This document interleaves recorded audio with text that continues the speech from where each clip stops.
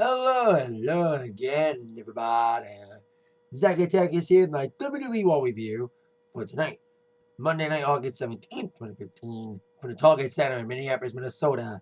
The last Raw before SummerSlam. And when it comes to this being the go-home show before Monday Night Raw, I thought it was a decent one going into SummerSlam. You had some decent action, maybe one or two decent good matches. Some decent segments to build up for SummerSlam, and a lot of matches named.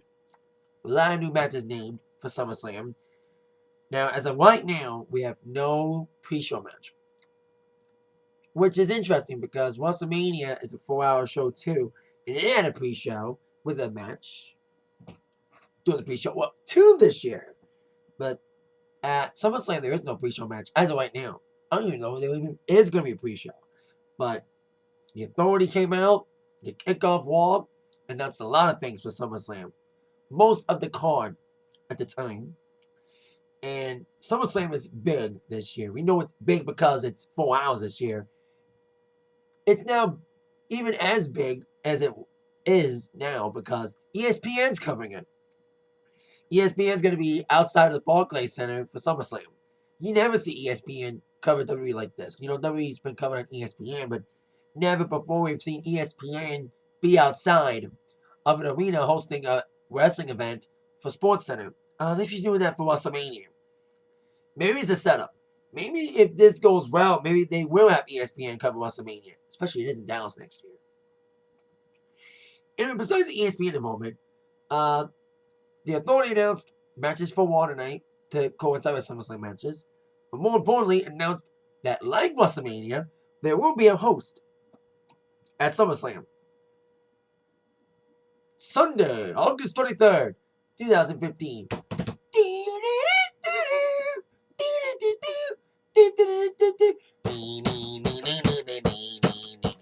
This is SummerSlam with Jon Stewart.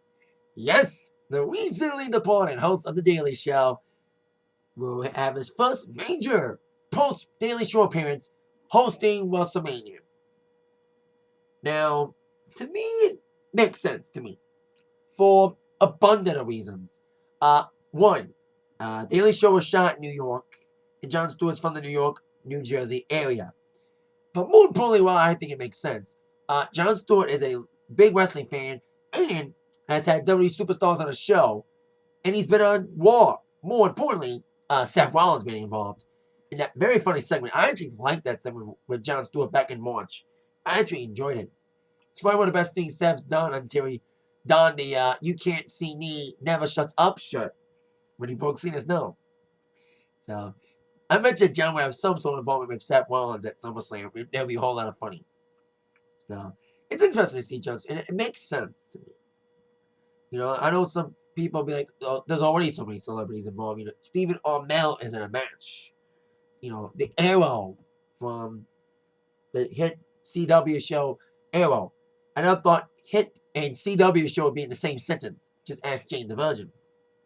But anyway, so after the Authority made their announcement about SummerSlam, of course mentioning Jon Stewart's hosting, we're on to our next scenario.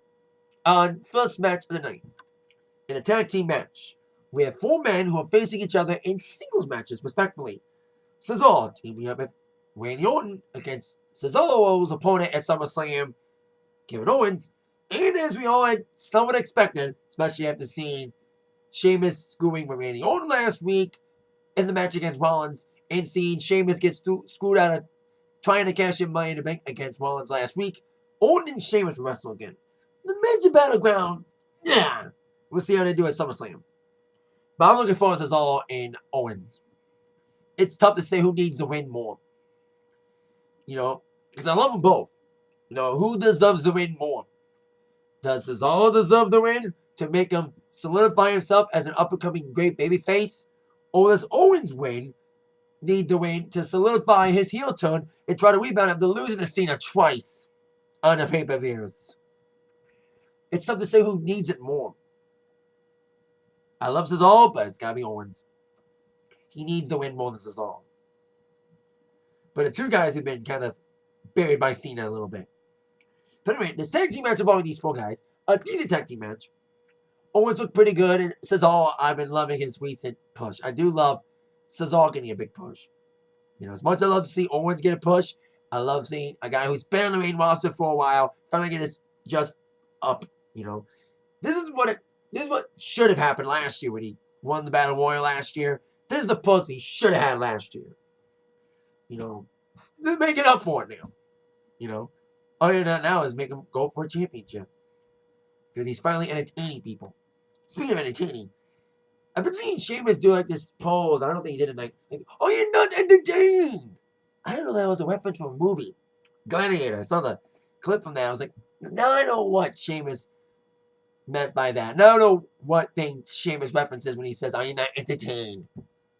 Goes like, "You look stupid." And the crowd in Minnesota was decent tonight, especially it's the wall before SummerSlam. And you know, come on, you need a good crowd before SummerSlam because New York crowd's gonna be crazy. We're in Brooklyn. Anyway, Owens and Sheamus teamed up pretty well. You know, they actually, despite having the differences in a recent 6-man tag with Rusev, they were teaming up pretty well, isolating Orton in the corner. And this is all came in House of Fire, was Uppercut City, including a nasty uppercut in midair to Sheamus. The uppercut train going for the swing, and then after the uppercut, going for a shoulder block. Kevin Owens came in trying to block the count after Owens set up Sheamus with the Hangman DDT. I like the transition with that. And then as Owens was trying to set up for the RKO, Owens came in to try to block it. Orton tried to RKO. Was it just me, or did Orton botch the RKO? Or did Owens block it? But no matter what it was, whether it's Owens blocked it or Orton botched it, he did deliver the RKO to Sheamus. And with Cesaro holding down Owens at ringside, Orton pinned Sheamus 1, 2, 3 in this tag team affair. Could be an ending of a match at SummerSlam. But Sheamus could win that one because Orton won at the Battleground. But if Sheamus wins, we need a weapon match. We don't need to see these guys wrestle again. The match Battleground was okay. It was what we thought it was. You know, slow going. It was just okay. So it goes. It's on giving themselves momentum going into both of their respective SummerSlam matches. The speed of gaining momentum for the SummerSlam match, on to our next scenario. Next matchup involving 2 men that are going to be in a tag team match next week at SummerSlam this Sunday. Roman Reigns taking on Luke Harper with Bray Wyatt and Dean Ambrose at ringside. Dean Ambrose on commentary, once again making Byron Saxton stand up again for the 2nd week in a row. Once again, sit down, Byron. Is that like a new thing now? Let's harass Byron. Maybe we can do commentary by standing up for 2 weeks in a row. By taking a chair. You know. Welcome to the club, boy. Welcome to the big leagues. This ain't SmackDown or NXT anymore. Anyway, this was not that bad of a match, actually. This was a great fight. Just a fight between these 2 guys. It was just a brawl. Some great spots, especially Harper. Once again, proving my point. Reiterating that I've always applauded him as one of my favorite members of the Wyatt family, besides Bray. His athleticism for being that tall and that height and that weight. He's great. You know, nasty boots, nasty stupid kicks. And Roman did pretty well in the match. It was not that bad of a match. You know, it was a fight. You know, it was a brawl. And I'm glad that both Wyatt and Ambrose didn't get involved in the match. They just put the announcer's table because I think Wyatt got involved in the match at SmackDown, which prompted this rematch tonight between Harper and Roman tonight. So then, after Harper delivers some nasty kicks and nasty clotheslines, well, trying to set up for the clothesline after some nasty kicks, Superman punch for Reigns, setting up the spear in a 1, 2, 3 victory for Roman Reigns, giving himself and Ambrose momentum. Now, it's called Family Against Family, this tag team match. And you got 2 members of the Shield, 2 members of the Wyatt family. It's not complete without Eric Rowan or Seth Rollins. Because I loved the match last year. They had a 6-man tag last year at Elimination Chamber. It was an awesome 6-man tag. It was just a fight. And that's what I think this tag match is going to be, too. A fight. No matter the booking-wise, what involves these 4 guys being messed up with Ambrose going from main eventing Money in the Bank to being back in the mid-card. This could be a good thing for him in the long run. Being back with Reigns. Even though once again reminding us of the Shield. But it's a fun reminder of them reigniting the feud with the Wyatt family. Even if it's 2/3. But it should be a fun, physical fight of a tag team match this Sunday night at SummerSlam. We have like a theme going tonight about people trying to regain or gain momentum going into SummerSlam. And that's what we had in our next matchup, involving 2 women from 2 teams that will collide in the 9 Divas tag match. The elimination tag, I think, I said this last week in my Raw review, is that how are they going to do this when it comes to elimination? Are they going to eliminate person by person or team by team? Like, I'm trying to explain it. Like, let's say Sasha gets pinned by Nikki. Is Sasha the person eliminated and her 2 members are still remaining? Or is it going to be Sasha gets pinned and the entire team is out? I think it could be Survivor Series style. Just have 3 teams in there and just have elimination. So I think they said last team standing wins. So it is going to be like a Survivor Series match. A traditional Survivor Series match. Yet it's involving 3 teams of Divas. So, with that match, we had 2 matches tonight involving the Divas tonight. First up, we have Tamina, the muscle of Team Bad, taking on one member of the PCB. The B, Becky, but of course the P and the C at ringside, along with Naomi and Sasha at ringside, representing Tamina. Now, I said that Tamina is the muscle of the group. Well, she showed that big time as she woman-handled Becky Lynch for the majority of the matchup. Delivering some big nasty slams, just beating her up physically because she is the muscle of the Team Bad. And showing her dominance as Jimmy Snuka's daughter after all. So despite Tamina coming in with an early offensive fury, Becky, that firecracker, that fiery redhead, the last kicker, whatever you want to call her, comes in with some big moves of her own, with some big kicks, even a missile drop kick for a quick false finish. But as Tamina goes for a big move, the swinging Urange, or whatever it's called, Becky reversed it, turned it into the disarmer, and made Tamina tap out. An okay little Divas match involving Becky Lynch and Tamina. It was just okay, because Tamina was basically beating up Becky till she made the comeback. But at least Becky, take it or leave it, giving her team PCB momentum going to SummerSlam.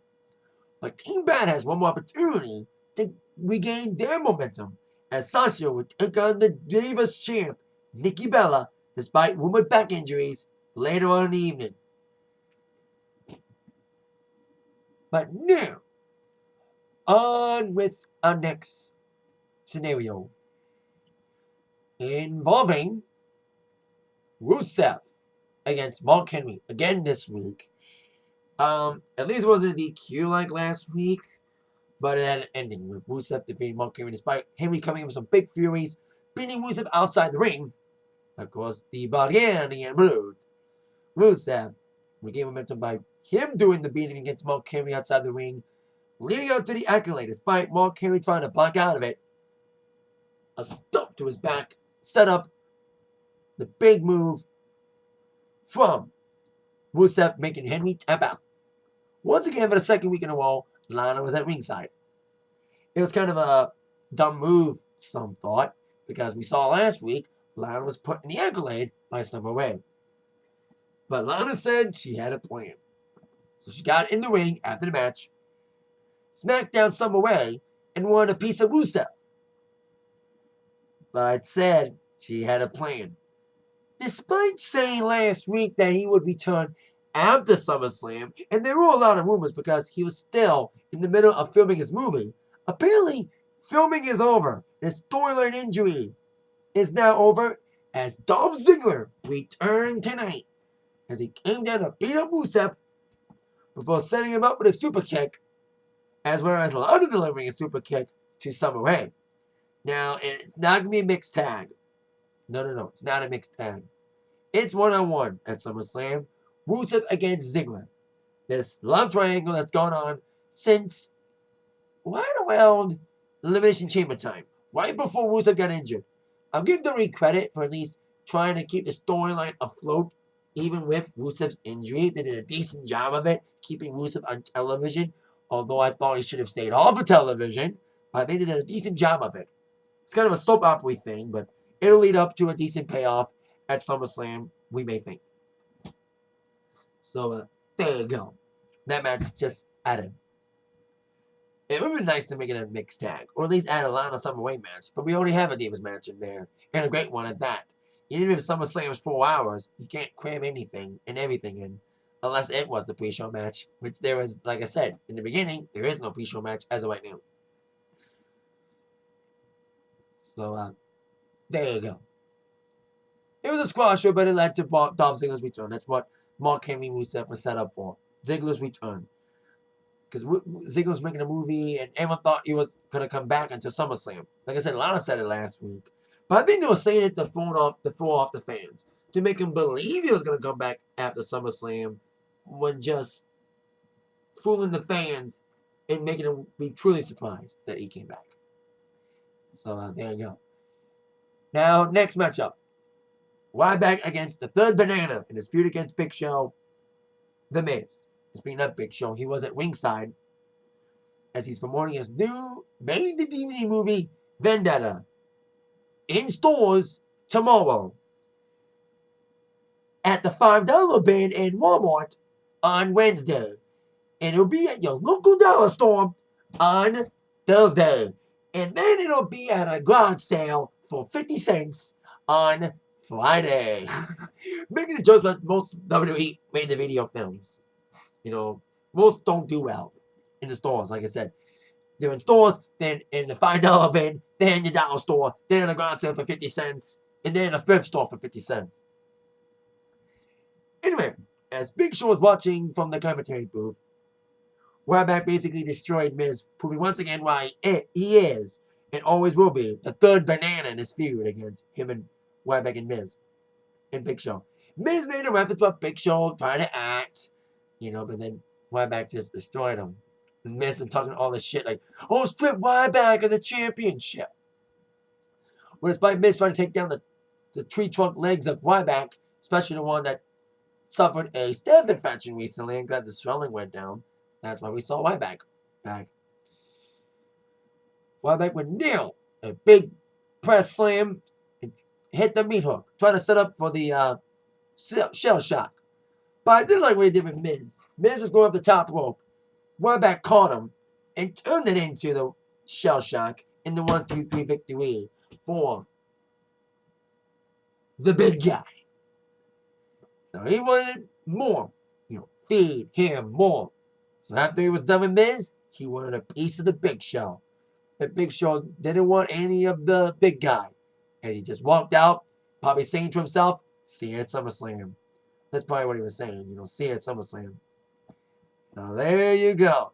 With that, Big Show, Miz and Ryback, the match that was supposed to take place at Battleground will now take place at SummerSlam this Sunday. Triple threat match for the IC Championship. That means no DQ, No DQ. Anything goes in the matchup. Because triple threat means, like I said, no DQ and no counter, all that stuff. All that good stuff.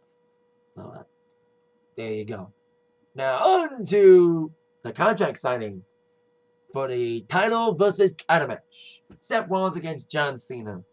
This would be the first time we would see John Cena on WWE Raw in weeks. He was on Tough Enough, but now he was making his appearance on Raw. First appearance on Raw since he got his nose broken. And I've been loving Rollins doing this. Finding out when to change his security and Kane. They've been out for a while, doing things. And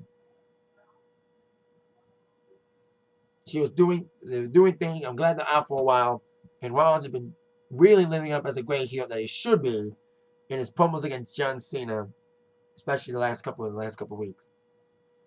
And he delivered a nice one tonight, as he was like saying, Cena hasn't seen me face to face yet.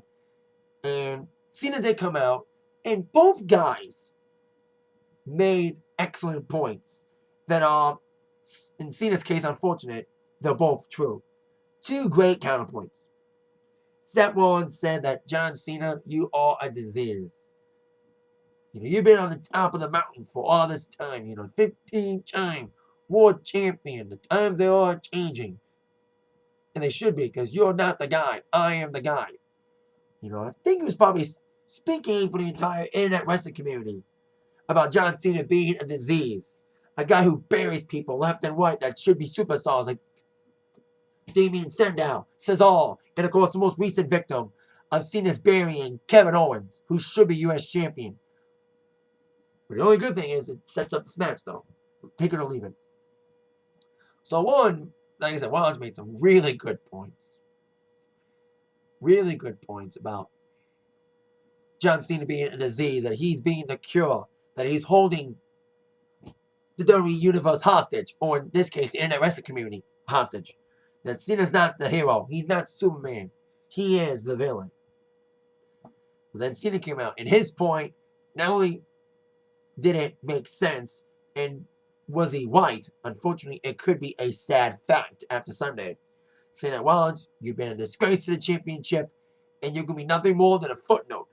He's been treated like that, especially with Undertaker interrupting his match against Lesnar, leaving him in the shadows. Basically stepping aside for two part-timers to end Battleground, only to set up a match at SummerSlam.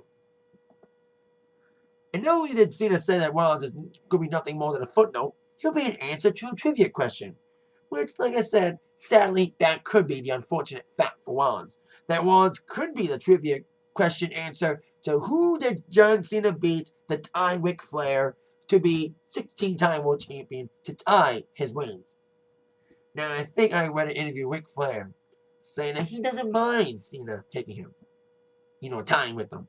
That Ric Flair would be honored if Cena ties with him.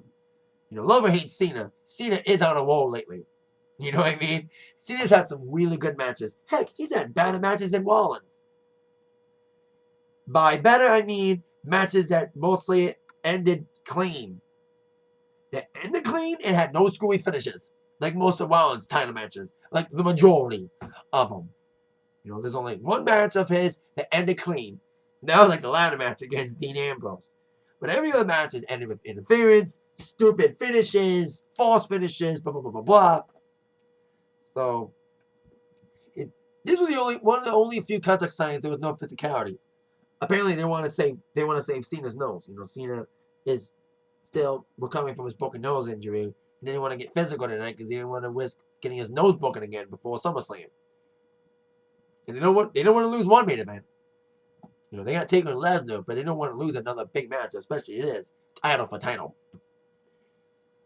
And Cena changed his colors again. The Fruity Pebble is wearing Miami Hurricane colors. Interesting. Slap at the Rock, huh? Anyway, so Cena had a good point, and so did Rollins. Rollins making the point that Cena is a disease, that he is the villain. And Cena making an unfortunate point that may ring so true after Sunday, that was maybe nothing more than a footnote. And Triple H calls in the future, and he bestowed Seth Rollins upon him because his matchup was Ric Flair, and Cena made another big fat. Triple H was now Ric Flair's bitch. Sunday, Seth, you're mine. So, Cena had a very interesting promo tonight. Not silly.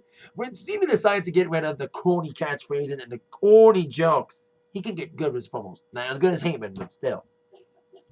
It's like Rollins and Cena should be a decent match. It's a time for Rollins to really step up his game. Especially since he wants a statue of himself erected at WWE headquarters in Stanford if he beats Cena to become the first man ever to become U.S. champion and WWE World Champion at the same time. Everyone's saying history will be made. That one man will walk out with 2 titles. When it comes to history being made at SummerSlam, Cena being 16-time champion could happen too. I think it's a good place for it.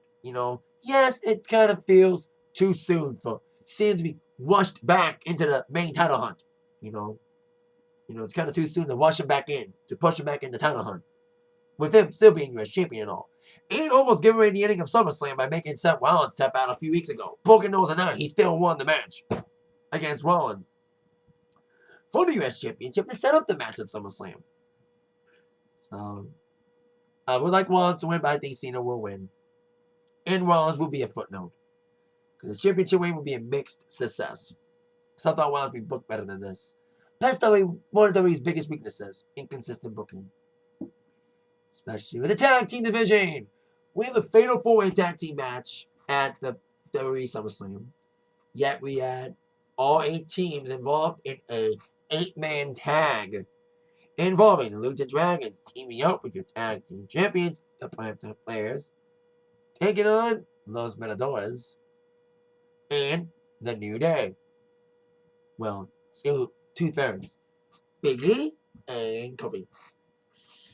It was a kind of a clusterfuck with 8-person tag, 8-man tag. It was just okay. New Day and Los Matadores trying to get along, but their lust for the tag team titles distracting the rest. El Torito and Xavier Woods got in each other's throats. And El Torito hurricaned Xavier Woods, ending any sort of unity between both New Day and Los Matadores, leaving them prone to see Kalisto get a hurricanrana in the 1-2-3 victory for the Lucha Dragons and Primetime Players. Like, these two teams, all 4 of these teams were trying to be teammates tonight. But Sunday, they're not going to be teaming up together. It's going to be every team for themselves, trying to get the biggest crown in the tag team division, the tag team championships. Bad booking in the tag division at all. The bad booking, especially with Kevin Owens getting buried a lot, I don't think we can blame Cena. I think we can blame 2 people for Kevin Owens. A lot of people getting buried by Cena. Cena himself and another man. Fuck Kevin Dunn. Anyway, on to our next scenario. One sort of decent booking. The champion versus champion match involving the Divas champion, Nikki Bella, despite saying on Twitter that she was recovering from back problems getting her back rehabbed, forcing her to miss the Teen Choice Awards, where she and Brie were nominated for Best Female Athlete until losing to the U.S. soccer team. Even Ronda Rousey lost that one, too. Despite the back rehab rumors, Nikki was still wrestling tonight against Sasha Banks, the NXT Women's Champion. And it was a fun match for what it was. I think Nikki did a good job in here, holding her own against the NXT Divas Women's Champion. She is no diva, she's a woman.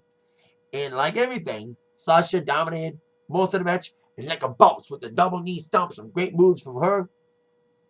But like I said, Nikki, I'll give her credit. She did hold her own in there.